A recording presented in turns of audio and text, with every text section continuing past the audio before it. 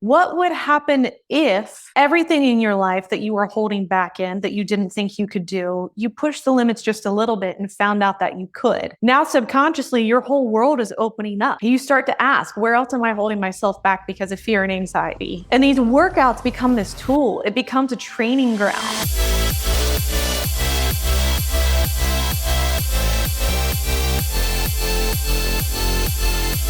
Welcome to the Phoenix Rising podcast, where we have conversations around topics that are meant to inspire and empower you to become your best self. I am Ashley Drummond. I've been a fitness, nutrition, and mindset coach for over 15 years. I am the entrepreneur behind a Shark Tank nutrition brand. I am also a strength and conditioning coach, and I am the host of this podcast. I am super excited. Today, we are going to talk about how to use your workouts to reduce anxiety, boost your confidence, and practice meditation.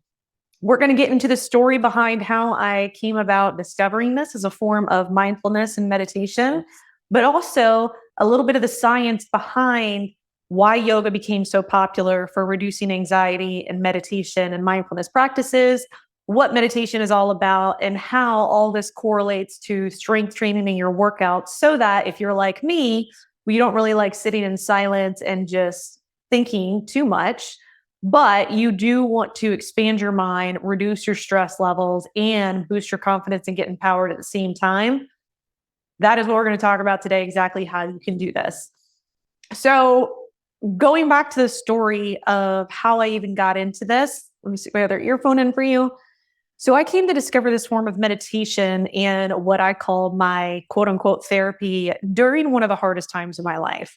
So let's rewind a little over 15 years ago, prior to getting into fitness, nutrition, and mindset coaching. And I was in my early 20s. Like I said, going through a really hard time. I had hit a total rock bottom. Around the age of 21, 22, in the middle of this rock bottom, I was having regular panic attacks, regular anxiety, obsessive thinking, hard time with like heart palpitations, and just over stressing about everything. I was also going through a very hard split, divorce, lost all my money, all of my friends, my house, and essentially everything in my life that I thought was going to be rock solid, like just totally hit a rock bottom. So I was totally lost, had probably the lowest self-esteem possible because I had felt like I failed in every area of my life at a very young age, that it was just kind of a point where it's like, why do I even continue? Like, I pretty much knocked out all the things you're supposed to be successful at and failed every single one of them at 21, 22 years old. So during this time, what I was struggling the most with was working through the daily anxiety and the panic attacks I kept having, and the obsessive overthinking, and just really feeling lost. And I'm very grateful now that society has talked about this a lot more. But back then, 15 years ago, nobody really talked about it. So, like, part of it, and I think a lot of people that have things like anxiety or overthinking, by the way, overthinking or obsessive thinking is a form of anxiety. I think a lot of people who struggle with it, part of the struggle behind it is more of like this embarrassment or this shame that you even have it, or like that, like, oh, you were like self-diagnosing, Googling random symptoms that you had instead of like being productive at your work, or you said no to a social event because like mentally you just weren't in a good headspace. Like, people don't talk about these things. So I'm hoping in having these conversations and sharing like my own personal journey, but also how I have found my ways of working through it, is going to help you and kind of just like alleviate the bullshit that anybody is perfect and that it's like abnormal to have anxiety. So if you have that, it's totally normal. But so at the time, going back to the story, when I was struggling and like really working through this at 21, 22, that was the hardest part for me, was just getting through not only all the failures that I had experienced, but now like, okay, now I have to deal with this as a regular part of my life. Like, it's one thing to work through a really hard time when everything is going good, like everything else is solid and your health is good, but it's another thing to try to move forward in your life when like the fear of spiraling like keeps you from moving forward. So I'm at this place, like, to try and paint a picture. I think I've told this story plenty of times, but like basically, for those of you who are new to this podcast or to me, I had back when Craigslist wasn't as crazy as it probably is now, but I had randomly found a bedroom for rent from these two girls who I had never met in Lynchburg, Virginia. The timeline of this was so fast because it was like I had gone through a divorce in like September. November, I gave my 2 weeks notice at a job that I hated and was bored out of my mind and was just like sucking life out of me. Sometime around then, November, I also lost all my money through the process of the split, also lost my house. A lot of the friends I had lost too because they weren't in agreement with the choices that I had made. And it was just one of those things where like everything just blew up all at once. So my genius plan was, you know what? I'm going to move to Lynchburg, Virginia. The only reason I moved there is because I was finishing up my bachelor's degree and the school, Liberty, that I went to was up there and they had a kinesiology program that I was like, all right, well, whatever, like, screw this. I'm just going to go move somewhere new where nobody knows me and I'm going to start like a kinesiology program. So found a house or not a house, found a room for rent on Craigslist with two girls I had never met. I think we emailed back and forth and I had one phone conversation with them. And I was like, all right, cool. I'm packing up everything and driving the 13 hours to Lynchburg, Virginia. It's the middle of winter. So I get there like mid to late November, early December. So winter is starting. It's gray. It's cold. I don't have any money. I don't have any friends. I don't even like it's one of those things where like it sounded like a great idea in the moment. And then when I got there, I was like, what am I doing? Like, why did I think this was a good idea? So I'm in this place, like not only like trying to figure my life out, but also like having like really serious issues with anxiety. So that was the hardest part. Because nobody really talked about it back then, I remember I had gone to like the Barnes and Noble up there and I found a couple books on anxiety, depression, overthinking, and what causes them and some of the techniques in them.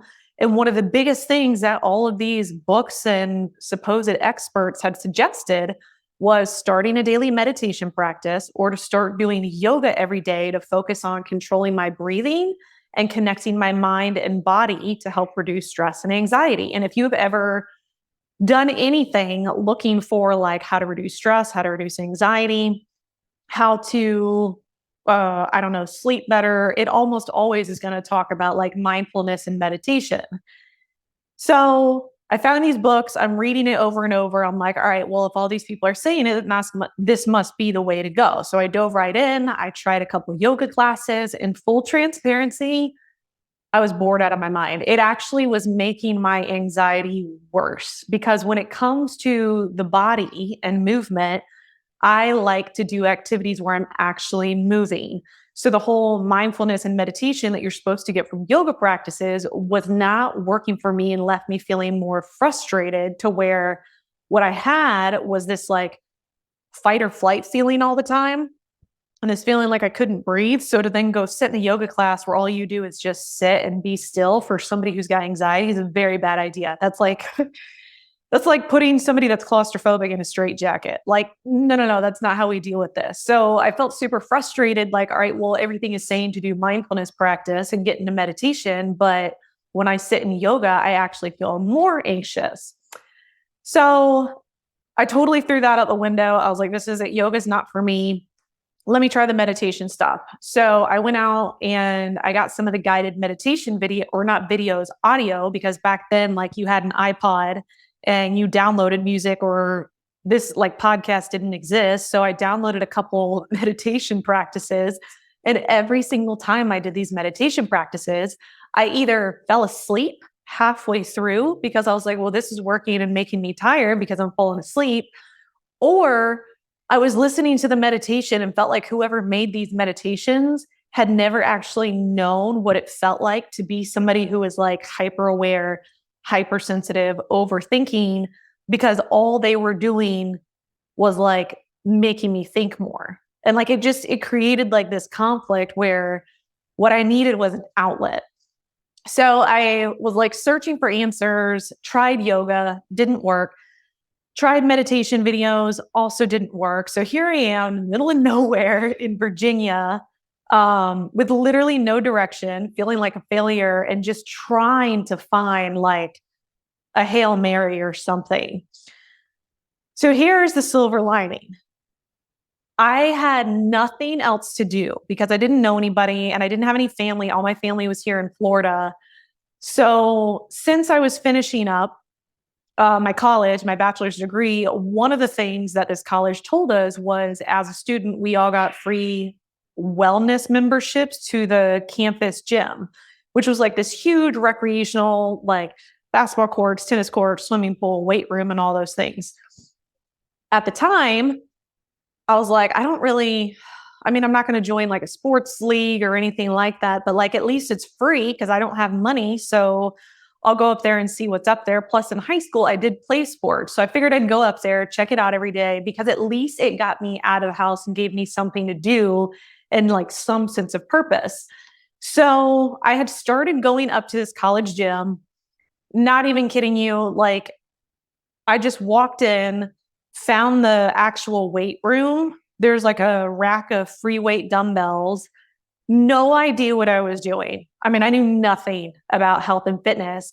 So I just grabbed like a pair of like 15-pound dumbbells, started doing like a couple bicep curls, a couple shoulder presses, and some push-ups, like things that I had seen other people do. But at the same time, just like, I don't really know, like I have nothing else to do with my life. So let me just do a couple bicep curls. So I did this. And then I started noticing something. After the first couple days going to the gym, I would walk into the gym feeling like a total failure at life, like I had no purpose, no direction, or nothing. But then every time I would leave the gym and leave like a weightlifting or a strength training session, I would notice I don't have as much anxiety. I actually feel a little bit lighter. I don't feel like heavy and emotional and stuck in my head. I feel a little like a small glimmer of hope, and it feels like something in me is shifting. So this is kind of how it started. So it seemed like the relief that I was trying to get, or the feeling that I was trying to get through the yoga, through the meditations, through all these books, that feeling of like the weight of the world's not on my shoulder. I do have a sense of power and a sense of purpose. I'm going to get through this. I'm going to take back control of my life. I'm not totally helpless and powerless. All these things that I was looking for through those modalities, I was getting from these little small strength training sessions in the gym. And I mean, I was only doing it 2 or 3 times a week. So out of curiosity, I kept going back and doing it more and more. And then in my free time, I would go back home and I would start watching videos. And there was a girl back then that was making like, I don't even know if it was YouTube, but on her website, she had videos about strength training and working out. So I'd go back, I'd watch her videos like arm exercises. And then the next day I would go to the gym, do the arm exercises, then leg exercises, and like back and forth until eventually like this became my daily routine. And I noticed little by little, I was like, I don't feel as stressed. I don't have anything figured out. I still don't have any friends or money or a job, but like something in me is shifting and changing and transforming in a really positive way. So I spent weeks. This is all I did every day was go to the gym for like 30, 45 minutes, come home and just obsess over these videos because I was like so curious, wanting to learn what is happening inside of me just by doing these strength training exercises. After doing this and really feeling like I was pulling myself out of this rock bottom just through doing this, I started writing my own workout program that I was following 3 to 4 days a week. And then I was like, you know what? Like I was getting a business degree. I don't want to do business degree anymore. I want to become a personal trainer because I want to help other people find this feeling that I'm feeling. And what I was finding was like mental and emotional strength, like yes, physical strength, but like something a lot deeper because it's crazy. Like, and I've always seen this with clients when I've worked with them.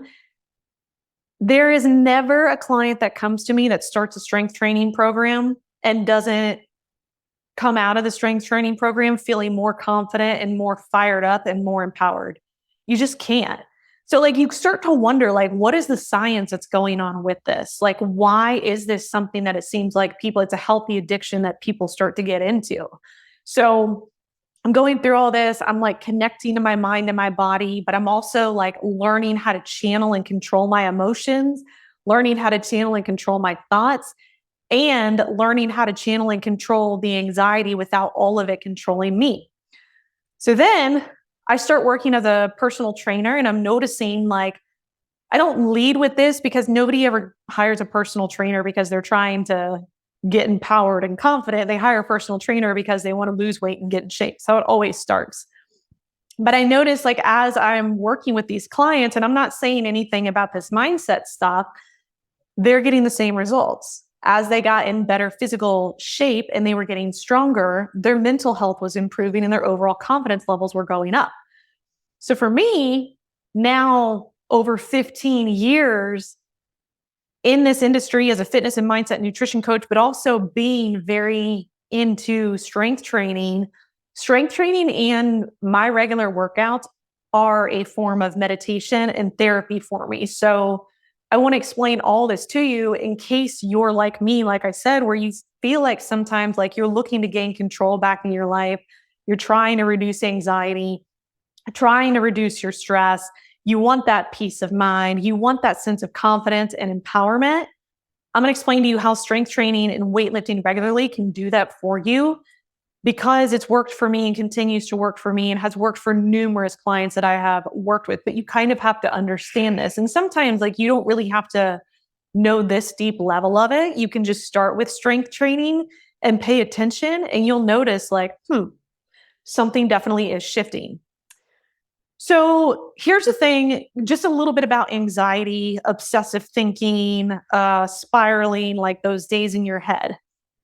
Usually, and this is why yoga and just like seated meditations didn't work for me. Usually anxiety is just either misdirected energy or unused energy. It's internal energy that needs to be released and needs somewhere to go. So I think I've said this before in other podcasts. Most people who are constantly like overthinking, they're hyper aware, they struggle with anxiety. They're usually people that are highly creative and highly intuitive. The problem is when that energy doesn't have a healthy outlet, it still is energy that has to be used and it ends up getting manifested in like, well, let's use this creative energy to come up with creative ways that we can self-diagnose all of our health symptoms. Let's use the creative energy to figure out like the worst possible scenario with our job or with our business. Let's use this to obsess about like something we shouldn't be obsessing about. Like the energy has to go somewhere. So you can either use it in a way that is positive or you can use it in a way that is going to leave you feeling helpless and disempowered. So bringing all this together and understanding like some of this is going to be a little bit sciencey, but it'll just connect the dots of how you can do this for yourself. To understand the concept behind yoga and meditation and the mindfulness part and how it applies to strength training, you got to first understand the body. So, and the brain. The idea behind meditation and mindfulness is really just about bringing our full attention to the present moment and being completely in the here and now.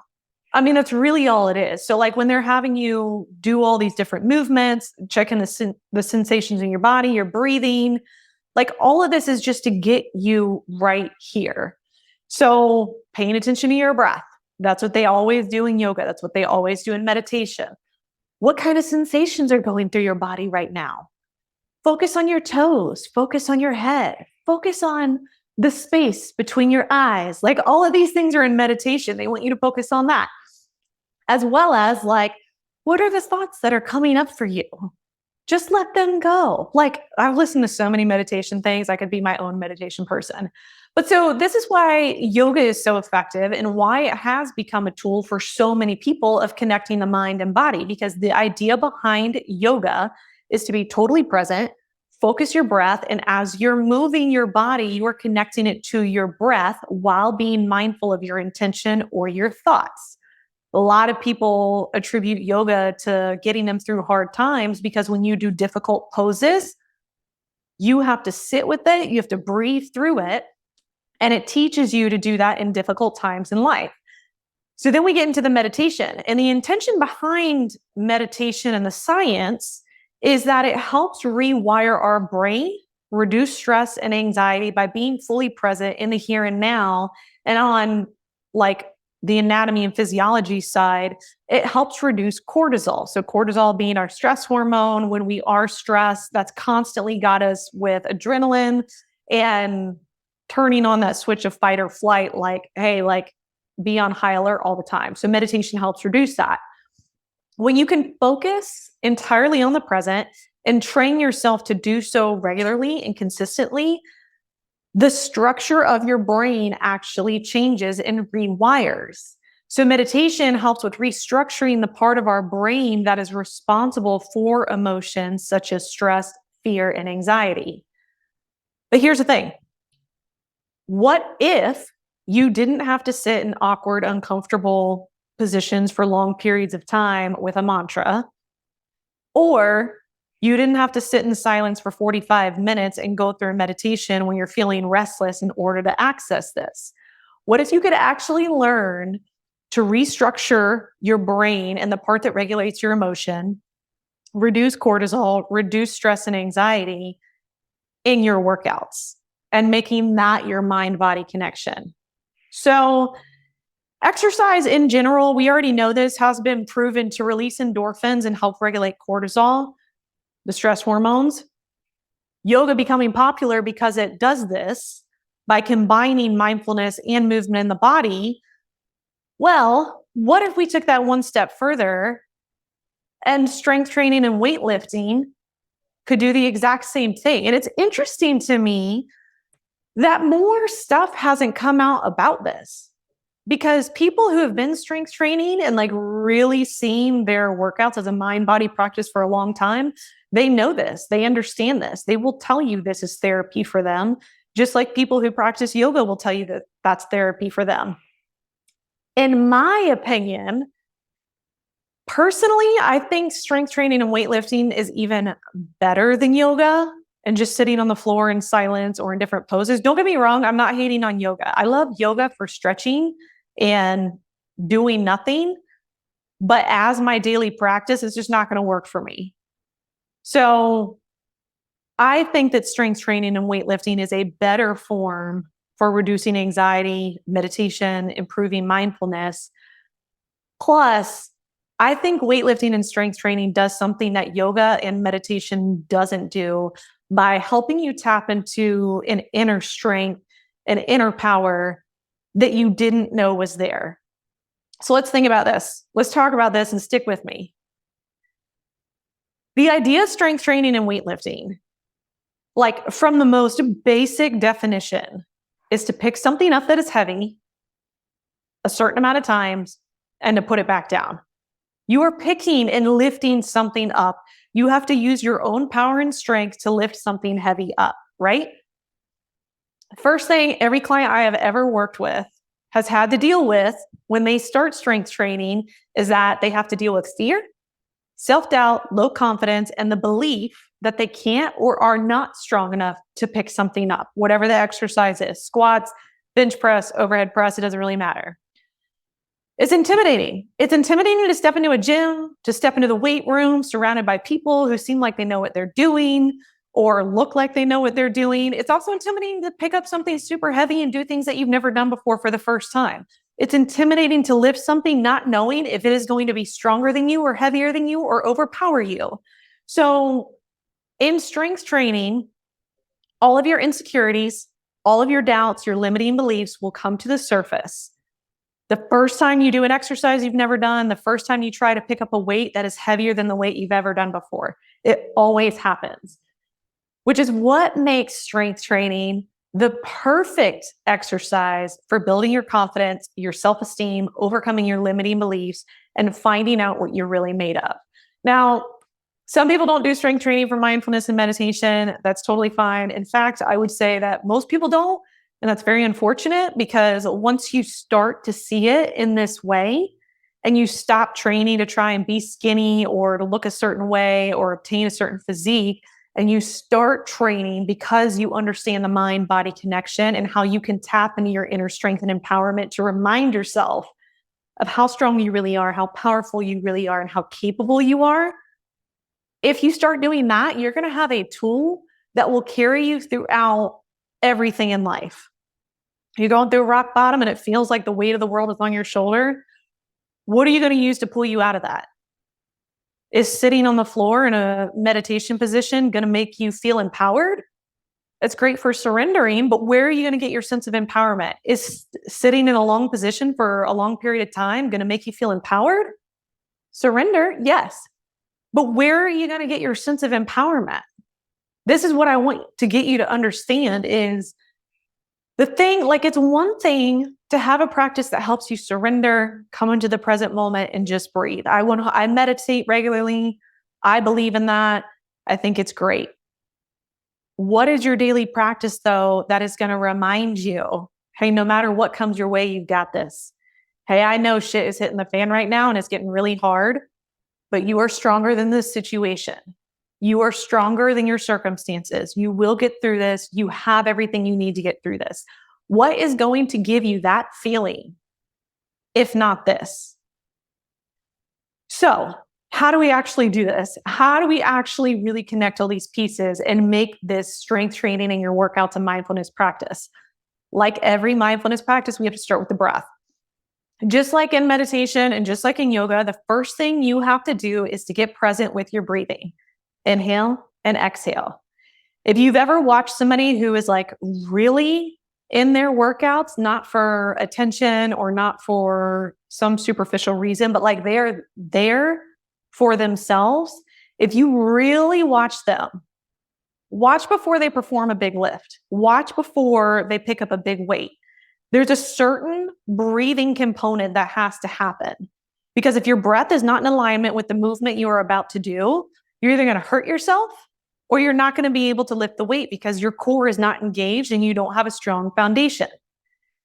So inhale, exhale. If people who have taken my weightlifting class with me, they know this. Like when we're doing squats or cleans or heavy lifts, I always have a cue right before the timer goes off for them to start their next set. I always say, breathe and brace, because it's a cue right before you go to lift. Taking a big inhale, brace that core, get your mind right, get present, lift the weight.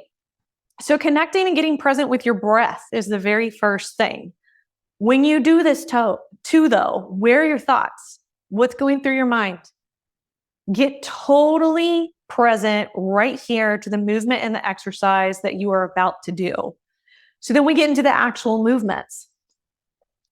I love strength training because you literally cannot do a compound lift. So if you don't know what a compound lift is, it's your movements like barbell squats, deadlifts, overhead press, cleans, jerks, snatch, movements that recruit multiple body parts and multiple muscle groups, but also that requires so many different mechanics. You literally can't perform it without being totally present. There's so many pieces to it. It can be a little overwhelming at first because it's like, okay, butt down, chest up, lats engaged, breathe and brace, core tight, chin tucked, bar over the toes, make sure that I'm pulling to my hip. Like there's so many things that do it, but like the great thing is when you're doing it, what else are you thinking about? Maybe before you walked in to go lift your weights, you had a million things that were stressing you out. But when you walk in, if you're doing compound lifts, you can't think about anything else but like, all right, I got to be right here because if I'm about to lift this weight, I can either really hurt myself or I'm not going to be able to do it if I'm not right here. So I love strength training for that reason. When I'm working with clients in person, and honestly, like every time I give them like all these cues, they're always like, oh my God, like there is so much to remember. I'm like, yeah, but deep down, you kind of love it, don't you? Because nothing else in the world right now is occupying your brain except for these little things. Is my chest up? Am I pushing through my toes or am I pushing through my heels? So not only do you have to recruit every single muscle group, but like I already said, you have to sync up your breathing. And here's the important part that most people miss. You have to sync up your thoughts in order to perform one repetition of a compound movement. Honestly, it's incredible if you really just let it. To me, it's the greatest form of mind-body connection because we aren't just getting present with the breathing.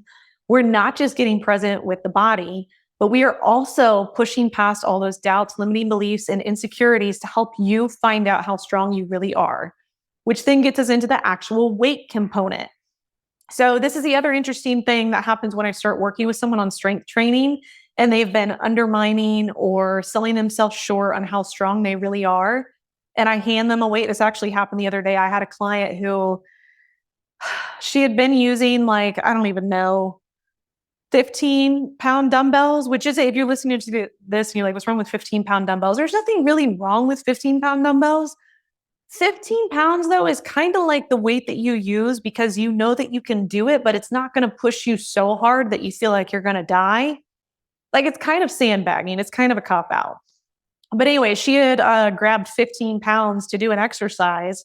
And I like gave her a funny look and I put the 15 back and I grabbed two 30s. I was like, what are you doing? You're not using that. Use two 30s. And she was like, what? I've never used 30-pound dumbbells in my life. I was like, I know.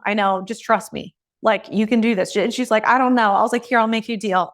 If you can't do 30, we'll drop to 25. If you can't do 25, we'll drop to 20. But just at least try. And every time there's always this like, you're crazy. Like, this is double what I normally do. And I'm like, I know. Go ahead. Every doubt and fear that they have, they're like, I can't do this. I've never lifted this before. Oh my God. Like, it's all these things. And then they do it. And they just like look at me like a little bit stunned. And I'm like, how do you feel right now? And they're like, I can't believe I just did that. I'm like, I can, because what we do is we always perform things at a level of our comfort. And the second we push ourselves outside of our comfort zone, especially when it comes to strength training, that anxiety starts pumping, that fear starts pumping. We get scared. We don't know what we're going to do. Can you handle it? And then you do it and you're like, oh. So going back to how everything happens with anxiety, what happens with anxiety? You get overwhelmed. Fear runs through your body. Adrenaline runs through your body. You feel like you can't handle whatever the situation is. You can't handle the circumstances. You're not strong enough. You don't have the courage, whatever it is. That happens exactly every time you try to lift a weight you've never done too. And then what happens? And then you do it, you let all that anxiety come up, and then you move it through by performing the exercise. And then you walk away like, if I can do that, I wonder what else I can do. It does this crazy thing to your brain. The other thing that it teaches you too is, all right, so let's use like the other example. Let's say that this particular client would have gone through, picked up the 30 pounds, couldn't do it. Then what? Well, what happens if she can't do it? Then we say, okay, you didn't do it the first time, do it again. You fail and you try again. You fail and you try again.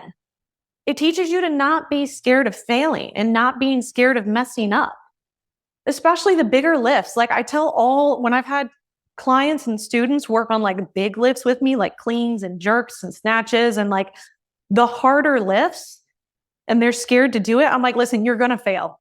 I expect you to fail at least 10 times before you get this. It kind of just like alleviates all that, because it's like, hey, what I'm teaching you is don't be afraid to fail. Fail, and then we're going to try again together. Fail, and then we're going to try again together. And then eventually you're going to get it and it's going to stick and you're going to be like, oh my God, I feel like a badass right now. That's what always happens. This is what's amazing about it though, is because when you start to do something physically that you never thought you could do before, something inside of you shifts. Your mind starts to expand. Your limiting beliefs start to get questioned. They start to get shattered. Because what would happen if everything in your life that you were holding back in, that you didn't think you could do, you pushed the limits just a little bit and found out that you could? Now, subconsciously, your whole world is opening up. You start to ask, where else am I holding myself back because of fear and anxiety?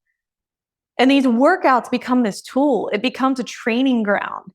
When you use it in this way to connect your breath, to connect your thoughts, and connect your movement as an opportunity to expand your mind and grow, you're going to tap into a strength and a power that you never even knew was there. This is what happened to me. This is going back to the beginning. This is how I pulled myself out of my own rock bottom, but also how I've continued to move forward in a lot of areas of my life. And don't get me wrong, like I actually made a post about this on Instagram the other day. There's days that it's hard. There's days that I'm exhausted. I have so much going on. I'm tired. My body's tired. I don't want to do it. Like I do one rep or a set and I'm like, meh, I don't need to do this. And then I remind myself, I'm not here to look a certain way. I'm here because there's energy in my body that needs to be moved. This helps me control my mind and my thoughts and keep myself in a sense of confidence and empowerment of knowing what I'm capable of and knowing what I can do. Forget about trying to like PR or hit like a certain number or compete or whatever. You're here to connect with your mind and your body. That's what your workout is about. Then your fitness becomes less about a certain weight or scale or dieting and calories and all these things, and more about your mental health and sense of empowerment. The physique and having like an awesome body is a byproduct, but that's not really why you end up doing it anymore. It's just not that important. The opposite is also very true too. And I see it all the time when somebody's going through a really hard time or they're very busy and distracted, their lifts and their workouts aren't as strong. And it takes so much more mental focus and discipline to do each lift because your brain will constantly try and pull you and distract you. But like I said, that's also what makes your workouts the perfect training ground for disciplining the mind, connecting to the present moment, and restructuring and rewiring your brain. It helps with focus. The way you start to experience this, if you are already working out, turn off the noise and get really present. So that can either literally mean turning off the music and just focusing on where you are. And some days I can't even listen to music because it's distracting. Or maybe you do use music and that music helps you concentrate.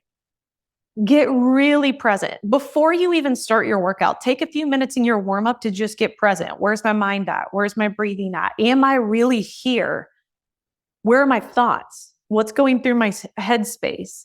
Do a couple warm-up sets and a couple reps and really connect to the movement. Take an inhale, breathe, embrace, move that energy through your body. If you're going into it super anxious or really caught up in your head, use it as an opportunity to channel that energy into your workouts. Are you breathing in rhythm with each movement, with the weight? Are you really challenging yourself or are you just going through the motions and not even there? And just start though by being present in your workout and use the same techniques that you would in meditation or in a yoga practice and connect your mind and body to your strength training with each set and each rep. And not only will you have an incredible mind-body experience, but you'll also start to tap into an inner strength and inner power that you didn't know you had. And honestly, I don't know where else you can get that from. Now that you've listened to this, and gotten super motivated and fired up about your strength training, you can go check out some of the strength training workouts I have on YouTube for you. I put the link in the description. Push yourself. They're super tough. I promise you. Give those a shot. Really tap into that opportunity to get the sense of empowerment and strength that you're looking for to reduce your anxiety and turn your workouts into a mindfulness practice. Thank you so much for watching. I will see you in some of the other videos and in the next episode of the Phoenix Rising podcast. Bye, guys.